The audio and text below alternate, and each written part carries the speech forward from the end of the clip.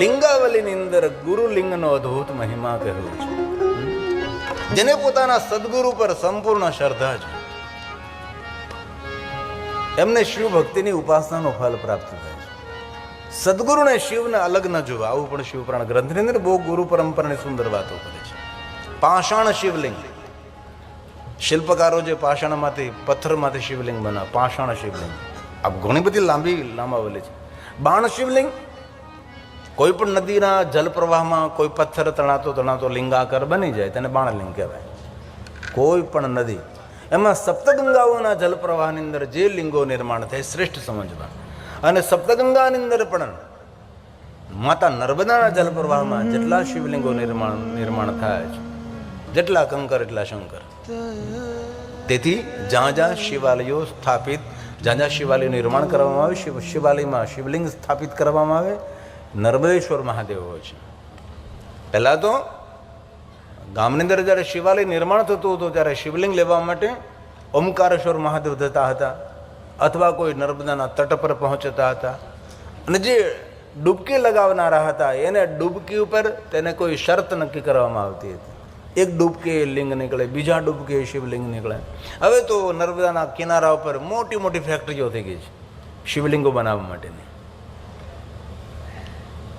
માતા નર્મદાના અંદરથી પથ્થરો કાઢી અને એક વિશેષ પ્રકાર શિવલિંગ બનાવે, ફેક્ટરી છે. 1 ઇંચના શિવલિંગથી લઈને મોટા મોટા શિવલિંગો, 10 રૂપિયાના શિવલિંગથી લઈને કરોડો રૂપિયાના શિવલિંગો, ત્યાં આખું ગામ, બકાવા ગામ આખું શિવલિંગ બનાવે છે. બાણલિંગ તેને કહેવાય છે. માતા નર્મદાના જલપ્રવાહમાં પથ્થરો વહેતા વહેતા જતા હોય ને કે લિંગાકાર બની જાય તેને બાણલિંગ કહેવાય છે. દરેક શિવલિંગોની પ્રતિષ્ઠા વિધિ કરવી પડે છે, પણ નર્મદાના જલમાંથી લાવેલા શિવલિંગો હોય તેની કોઈ પ્રતિષ્ઠા ન કરો તો પણ એ સર્વલિંગો પ્રતિષ્ઠિત થયેલા છે. નર્મદાના જેટલા કંકર એટલા બધા શંકર કહેવાય છે. તેથી ભગવાન નર્મદેશ્વર મહાદેવનો મહિમા અદ્ભુત કહ્યો છે, જેને બાણલિંગ તરીકે વર્ણવવામાં આવે છે. સ્ફટિક શિવલિંગ, હીરા જેવો શ્વેત પથ્થર આવે, સ્ફટિક આરપાર. વર્તમાનમાં સાચા સ્ફટિક શિવલિંગ મળતા નથી, ક્રિસ્ટલ મળે છે, કાચના મળે છે. તેથી દરેક ભક્તોએ સાવધાન રહેવું. જ્યાં ત્યાં જે તે જગ્યાએથી રુદ્રાક્ષ પણ ન ખરીદવા, કારણ કે રુદ્રાક્ષની ફેક્ટરીઓ થવા લાગી છે. કાષ્ટમાંથી રુદ્રાક્ષ બને છે, પ્લાસ્ટિકમાંથી રુદ્રાક્ષ બને છે. સાચા રુદ્રાક્ષ મેળવવા માટે સાચી જગ્યાએ પહોંચવું પડે છે, તો સાચો રુદ્રાક્ષ મળી શકે છે. તો સ્ફટિક શિવલિંગ જ્યાં ત્યાં જે તે જગ્યાએથી લેવું નહીં. ભગવાન વિષ્ણુ પત્ની લક્ષ્મીજી સ્ફટિક શિવલિંગની પૂજા કરે છે. ભગવાન વિષ્ણુજીએ પોતાના કરકમલો દ્વારા લક્ષ્મીજીને સ્ફટિક શિવલિંગ આપ્યું છે. ભગવાન વિષ્ણુજીએ કહ્યું છે કે મારા ઈષ્ટદેવ ભગવાન મહાદેવ છે, અનુ મહાદેવનો પરમ ભક્ત છે. અને આપણે સૌ જાણીએ છીએ વિષ્ણુ ભગવાન મહાદેવના પરમ ભક્ત છે. સહસ્ત્ર કમલ મેં હો રહે ધારી કે નહીં પરીક્ષા તવે પુરારી. એક કમલ પ્રભુ રાખે જોઈ, કમલ નયન પૂજન સહસ હોય. કઠિન ભક્તિ, કઠિન ભક્તિ, કઠિન ભક્તિ દેખી પ્રભુ શંકર ભયે પ્રસન્નતી ઈચ્છિત લિંગો ઉત્પત્તિ શ્રુતા શુભા શ્રુત્વા યસ્યાહ પ્રભાવેન દુઃખ નાશો ભવે દેહ. ભગવાન મહર્ષિ વેદવ્યાસ એમ કહે છે કે જે કોઈ મનુષ્ય ભગવાન મહાદેવની કથાનું શ્રવણ કરે છે, મનુષ્ય પોતાના દુઃખોમાંથી મુક્ત રહે છે. લિંગો ઉત્પત્તિ, શિવ મહાપડ ગ્રંથની અંદર લિંગાવલી છે. અનેક શિવલિંગનો મહિમા છે.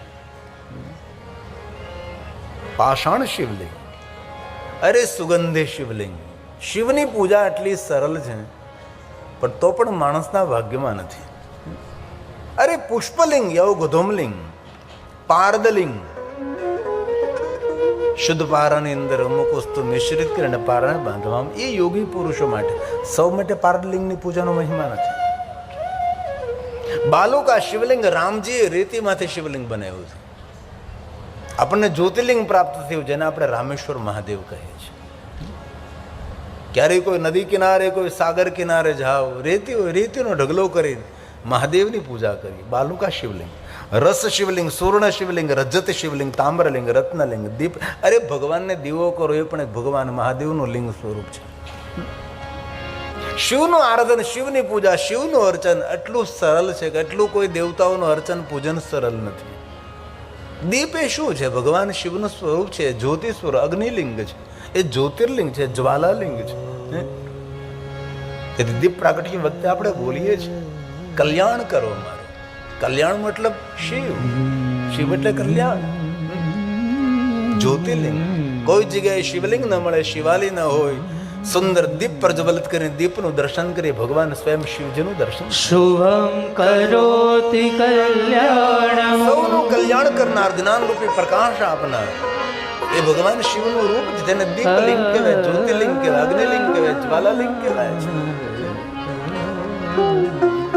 શુભમ કરોતિ કલ્યાણમ આરોગ્યમ ધન સંપદા શત્રુ બુદ્ધિ વિનાશાય દીપ જ્યોતિ નમોસ્તુતે. દીપ જ્યોતિ નમોસ્તુતે. આત્મલિંગનો મહિમા ગયો. ચલિત શિવલિંગ, આપણા ઘરની અંદર જે શિવલિંગ રાખી તેને ચલિત શિવલિંગ કહેવાય. હાલતું ચાલતું હરતું ફરતું શિવલિંગ. અનેક એવા ભગવાન મહાદેવના ભક્તો એક નાનકડું સરખું શિવલિંગ સાથે રાખે છે. આપણા ઘરની અંદર જે ભગવાન મહાદેવનું લિંગ સ્વરૂપ રાખે તેને પણ ચલિત શિવલિંગ કહેવાય. તેની સામે બેસીને પૂજા થઈ શકે છે. પ્રતિષ્ઠિત થયેલા ભગવાન મહાદેવના લિંગ સ્વરૂપને સામેથી બેસીને પૂજા ન થાય. દક્ષિણ દિશામાં બેસીને ઉત્તર દિશા તરફ દ્રષ્ટિ રાખવી જોઈએ, અથવા દિશા ભેદ ન સમજાય તો જે બાજુ જલધારી વહેતી હોય તેના વિરુદ્ધ દિશામાં બેસીને આપણી દ્રષ્ટિ જલધારા તરફ રહે. એવી રીતે ભગવાન મહાદેવનું સ્થાપિત શિવલિંગની પૂજા કરવી જોઈએ. ભગવાન શિવજીને સામેથી દંડવત પ્રણામ ન કરે. ભગવાન શિવજીને દંડવત પ્રણામ કરવા માટે દક્ષિણ દિશા તરફ આપણા પગ રહેવા જોઈએ ને માથું આપણું ઉત્તર દિશા તરફ રહેવું જોઈએ. દંડવત પુરુષ કરી શકે, નારી શરીરને દંડવત કરવાનો કોઈ મહિમા નથી. કારણ કે સનાતની પરંપરામાં પુરુષને દંડવત કરવાનો મહિમા સમજાવ્યો છે. નારી શરીરે દંડવત ન કરવું, કારણ કે નારી એ દંડને પાત્ર નથી. શિવાલીમાં શિવજી નીચે બિરાજમાન છે, પાર્વતીને સુંદર ઊંચો આસન આપ્યો છે, તેથી નારી સન્માનિત છે. જે પરિવારમાં, જે પરિવારની અંદર નારીનું આદર અને નારીનું સન્માન થાય છે, ત્યાં દેવત્વ નિવાસ કરે છે, તીર્થો નિવાસ કરે છે, લક્ષ્મી નિવાસ કરે છે. લિંગાવલી છે, અગણિત લિંગોની કથા છે. ભગવાન વિષ્ણુજીએ સર્વ દેવતાઓને શિવલિંગો ભેટમાં આપ્યા છે. લક્ષ્મીજીને વિશેષ પ્રકારે સ્ફટિક શિવલિંગ આપ્યો. લક્ષ્મી મારો ઈષ્ટ ભગવાન મહાદેવ છે. હું ભગવાન શિવનો પરમ ભક્ત છું અને વિષ્ણુ ભગવાનની શિવ ભક્તિ જગ પ્રસિદ્ધ છે. હજાર હજાર કમલોથી મહાદેવની પૂજા કરે ભગવાન વિષ્ણુ છે. ભગવાન શંકરજીએ વિષ્ણુ ભગવાનની પરીક્ષા કરી, કસોટી કરી, એક કમળ લઈ લીધું. વિષ્ણુ ભગવાન ઊભા થઈ શકતા હતા, કોઈને કહી શકતા હતા કે લાવો ભાઈ બીજું કમળ લઈ આવજો. એક નહીં, બીજા 1000 કમળ આવી શકે, પણ વિષ્ણુ ભગવાન પૂજા કરતા કરતા બોલ્યા નથી. ભગવાન વિષ્ણુ પૂજા કરતા કરતા ઊભા નથી થયા. મહાદેવની પૂજા કરું છું, મારાથી ઊભા ન થવાય. મહાદેવની પૂજા કરું, મારાથી બોલાય નહીં. મારાથી દૂર દ્રષ્ટિ ન થાય. ભગવાન શિવની પૂજાથી મારી દ્રષ્ટિ હટાવાય નહીં. ભગવાન વિષ્ણુજી પોતાનું નેત્ર મહાદેવને અર્પણ કરે. જગ પ્રસિદ્ધ વિષ્ણુની ભક્તિ છે. મહાદેવનું એક એક નામ બોલે છે, એક એક કમલ ભગવાન મહાદેવને અર્પણ કરે છે. તેથી શિવ સહસ્ત્રનો મહિમા છે. અનેક એવા મહાદેવના ભક્તો રોજ વિષ્ણુ ભગવાનના મુખમાંથી પ્રગટ થયેલા મહાદેવના 1000 નામોનું પારણ કરે છે. મહત્વની વાત તો એ છે કે જેટલા વિષ્ણુ ભગવાનના નામ છે એટલા મહાદેવના મુખમાંથી પ્રગટ થયા છે. ભગવાન શિવજી જ્યારે જ્યારે વિષ્ણુ ભગવાનને મળે છે ત્યારે ત્યારે કોઈ નવા નામથી ભગવાન વિષ્ણુનું સંબોધન કરે. જ્યારે સુરોત્તમ, નરોત્તમ, પુરુષોત્તમ અનેક અનેક નામોથી ભગવાન શંકરજી વિષ્ણુને પુકારતા રહે છે. એ જ રીતે ભગવાન શ્રી હરિ ભગવાન વિષ્ણુજી નિરંતર મહાદેવની પૂજા કરનારા દેવ છે. પુષ્પદંત મહારાજે કહ્યું છે, 1000 કમળ, 1000 અમાર કમળની બલિ, હરિસ્તે સહસ્રમ કમલ મલિમા, હરિસ્તે સહસ્રમ કમલ બલિમાધાય પદ. 1000 કમળોની બલિ. બલિ શબ્દોનો અર્થ આપવું, સમર્પિત કરવું, ભેટ ધરવી, ભગવાનને ચડાવી દેવું. બલિ શબ્દોનો અર્થ થાય કોઈ પશુની કતલ કરવી. એવું બલિ શબ્દોનો અર્થ ન લેવો જોઈએ. અનેક માણસો દેવી દેવતાઓના નામથી પશુઓની હત્યા કરે છે. હવે શિવ મહાપડ ગ્રંથના દેવતાઓના સ્વભાવનું વર્ણન છે. દેવ પ્રતિમાની સામે કોઈનો અનાદર કરો તો દેવતાઓની આંખમાંથી આંસુ પડવા લાગે છે. એટલા દેવતાઓ કોમળ છે અને કરુણામય છે. આપણે દેવતાઓની સામે કોઈ પશુઓની હત્યા કરીએ, કેટલું આપણું સનાતન ધર્મ માટે કલંકિત છે. હવે તો જાગૃત માણસોથી ઘણું ઘણું સારું થયું છે. આવા બધા સ્થાનોએ બલિ પ્રથાઓ બંધ થાય છે. હજી પણ કોઈ કોઈ જગ્યાએ લોકો દેવી દેવતાઓના નામે પશુઓની હત્યા કરે છે.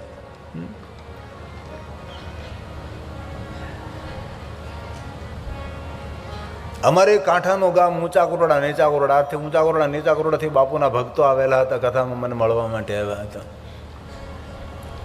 પૂજ્ય શ્રી મોરારી બાપુનું મોવાન તલગારડા ત્યાંથી દૂર જાવ એટલે નીપ આવે, દિયાળ આવે, સથરા આવે અને કળસાર આવે.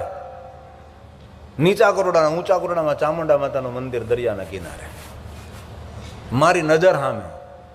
કારણ કે હું મોવાન કળસારની અંદર ભણ્યો હતો.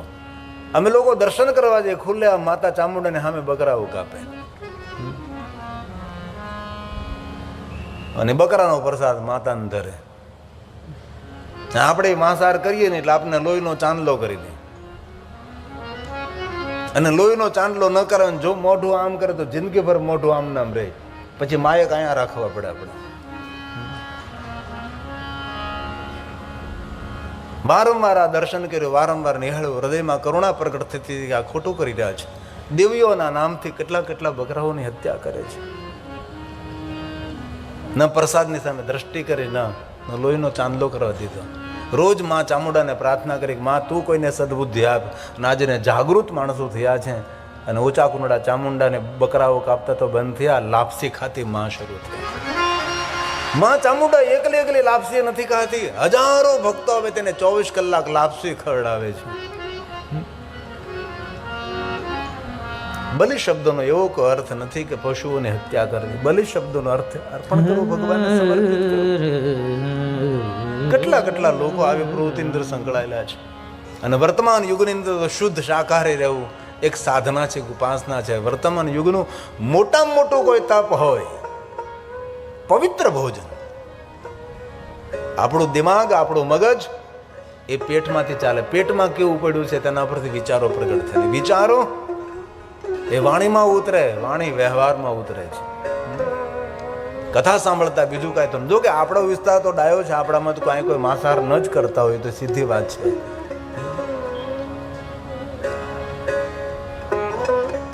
શુદ્ધ શાકાહારી રહેવું એ વર્તમાન યુગનો ઋષિ છે. અને સભામંડળમાં જે પવિત્ર ભોજન ને શુદ્ધ શાકાહારી છે તેને હું ગિરિબાપુ કોટી કોટી પ્રણામ કરું છું.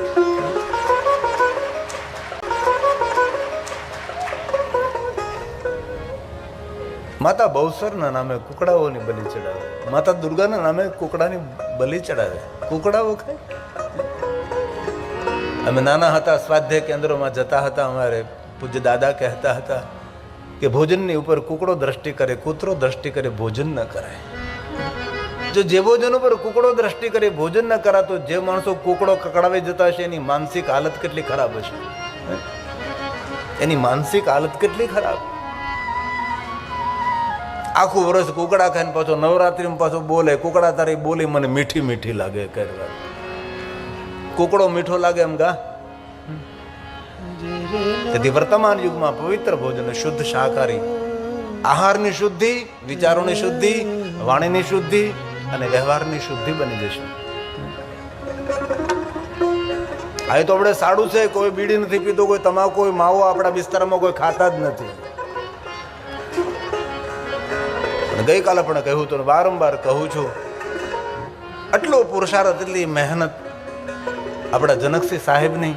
કોના માટે આ બધું? આ કેટલું સરસ લખ્યું છે, ભેળું કરે ભાલાવાળો. મેં નથી ભેળું કર્યું, આ ભાલાવાળાએ બધું ભેગું કર્યું છે. અને ભાલાવાળાની દર્શન, ધજાનું દર્શન અહીંથી થાય છે. શ્રદ્ધા એ જ શિવ, વિશ્વાસ એ શિવ. આપણી પરંપરા શ્રદ્ધા, વિશ્વાસ. કોઈ પણ ભગવાન હોય, કોઈ પણ ઈષ્ટ હોય, કોઈ પણ દેવતા, તેના પર સંપૂર્ણ અતૂટ શ્રદ્ધા, પૂર્ણ ભરોસો, વિશ્વાસ.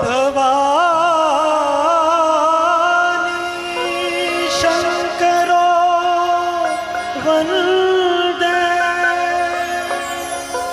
ઘણા માણસો ઉપર દયા આવે, તેની સાથે વાત કરતા હોય. ભગવાને કેટલું સુંદર શરીર આપ્યું છે, શરીરને થોડો સાચવીએ આપણે. ભગવાનની આપેલી ભેટ છે.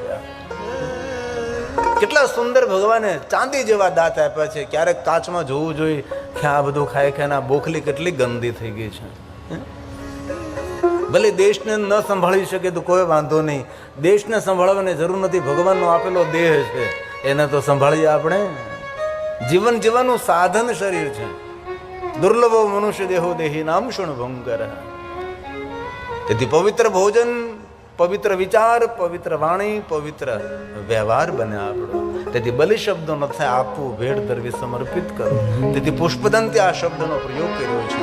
હરિસ્તે સહસ્રમ કમલ બલિ માધાય પતયો યગૈર કોને તસ્મિન નિજ મુદહર નેત્ર કમલમ ગતોર ભક્ત્યુદ્રેકઃ પરિણતિમ સોચક્રપુષા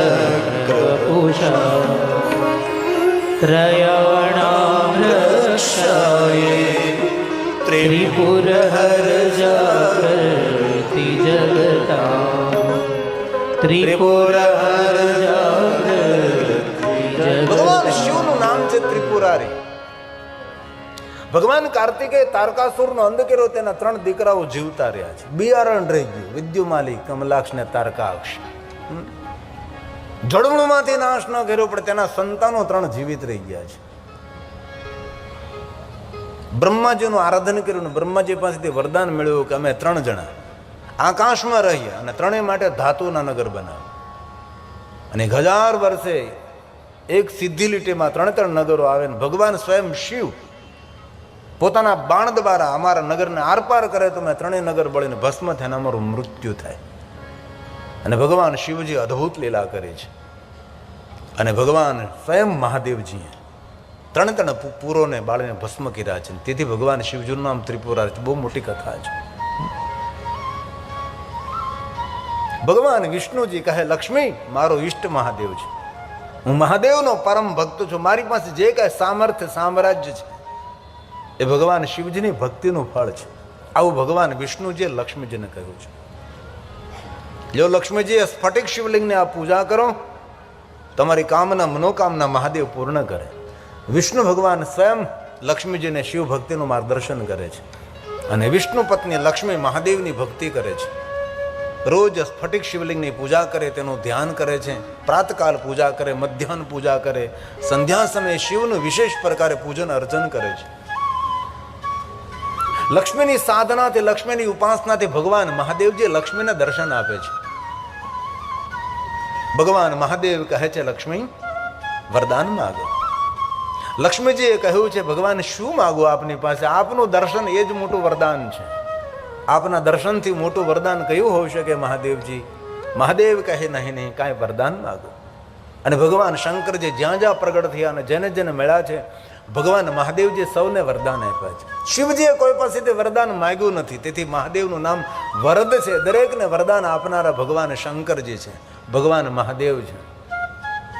જ્યારે લક્ષ્મી એમ કહે છે, મહાદેવજી આપ જો મને માગવાનું કહેતો હોય તો બસ એક વરદાન માગું છું કે મારા હૃદયમાં મહાદેવજી આપકી ભક્તિ રહે અને મારો સંપૂર્ણ પ્રેમ વિષ્ણુજીના ચરણોમાં રહે. ભગવાન એટલું મારા પર કૃપા કરો. કેટલી સુંદર અટપટી કથા છે. લક્ષ્મીજી મહાદેવ પાસે માગે છે કે મહાદેવજી આપની ભક્તિ મારા હૃદયમાં રહે, મારો પ્રેમ વિષ્ણુજીના ચરણોમાં રહે. એ જ રીતે શંકરની પત્ની દક્ષપુત્રી સતી, સતી મરત હરિસન બરુ માગા જન્મ જન્મ શિવપદ અનુરાગા.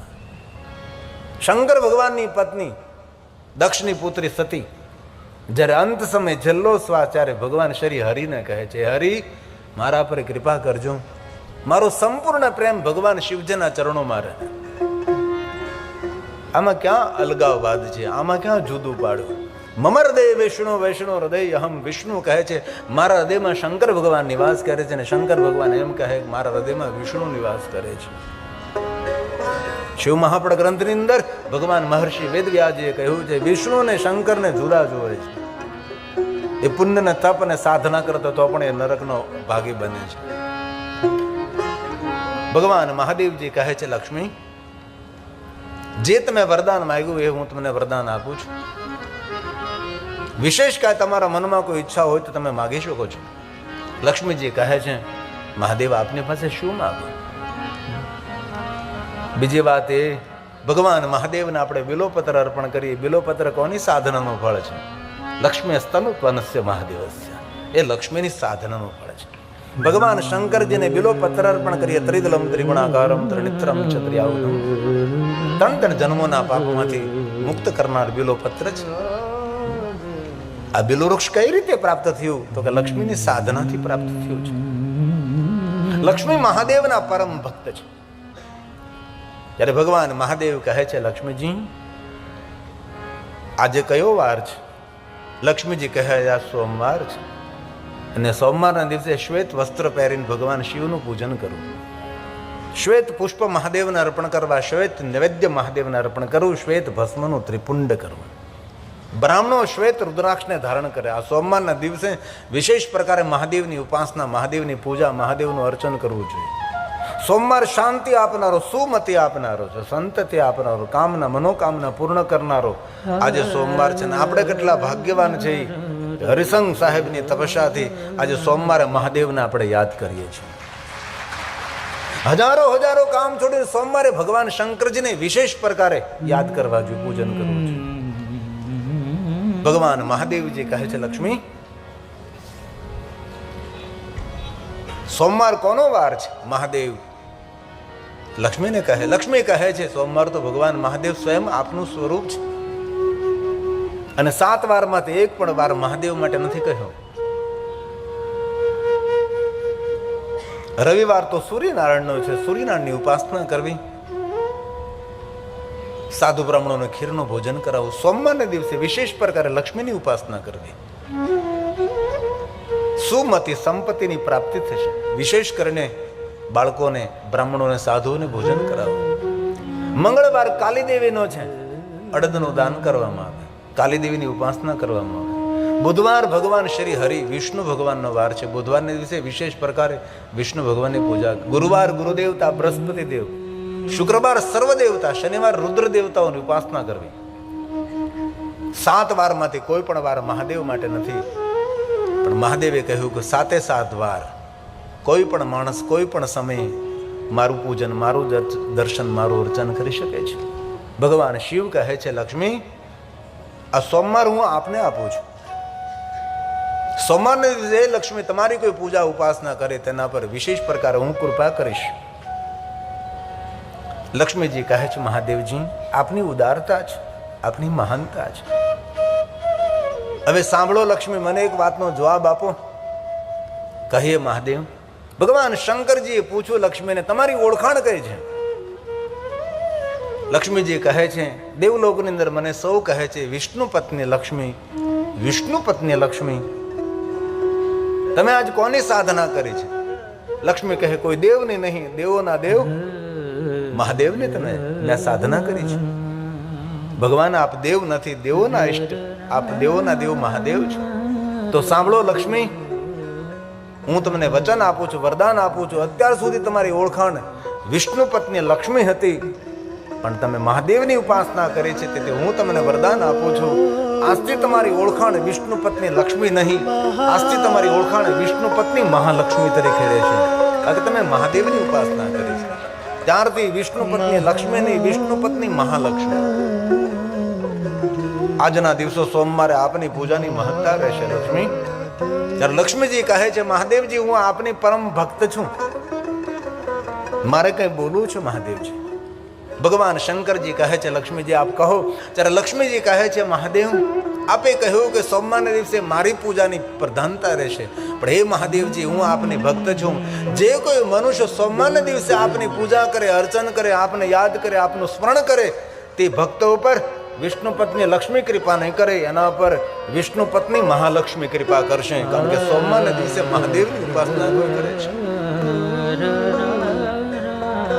વિશેષ પ્રકાર આજના દિવસે ભગવાન મહાદેવની ઉપાસના કરવી જોઈએ. સોમવારના દિવસે શિવજીનું વિશેષ પ્રકારે પૂજન કરવું જોઈએ. ભલે અન્ય લિંગોની ઉપાસના સાધના ન કરી શકે, પણ કમસે કમ શિવની સરળ ઉપાસના છે પાર્થેશ્વર મહાદેવ. માટીમાંથી શિવલિંગ નિર્માણ કરીએ, જેમ આપણે ઘરે આંગણે ભગવાન સત્યનારાયણની કથા કરીએ છીએ અને બ્રાહ્મણો સુંદર સત્યનારાયણ ભગવાનની પૂજા કરે, સુંદર કથાનું વાંચન કરે, સુંદર પ્રસાદ. એવી રીતે 11 બ્રાહ્મણોને બોલાવીને અથાશક્તિ 108 બ્રાહ્મણને બોલાવો, 11 બ્રાહ્મણને બોલાવો, 9 બ્રાહ્મણ, 5 બ્રાહ્મણ, 3 બ્રાહ્મણ, બ્રાહ્મણને આમંત્રિત કરી અને વિશેષ પ્રકારે ભગવાન મહાદેવના પાર્થેશ્વરનું પૂજન કરવું. માટીમાંથી શિવલિંગો નિર્માણ થાય તેનું પાર્થેશ્વર મહાદેવ પૂજન. શિવ મહાપડ ગ્રંથની અંદર બહુ જ મોટો વિસ્તાર છે. માટીમાંથી શિવલિંગો બનાવે. વિશેષ પ્રકારે વિધિ વિધાનને આપણને ખબર ન હોય તો ભણેલા બ્રાહ્મણો પાસે તેનું માર્ગદર્શન મેળવું. પાર્થેશ્વર મહાદેવની પૂજા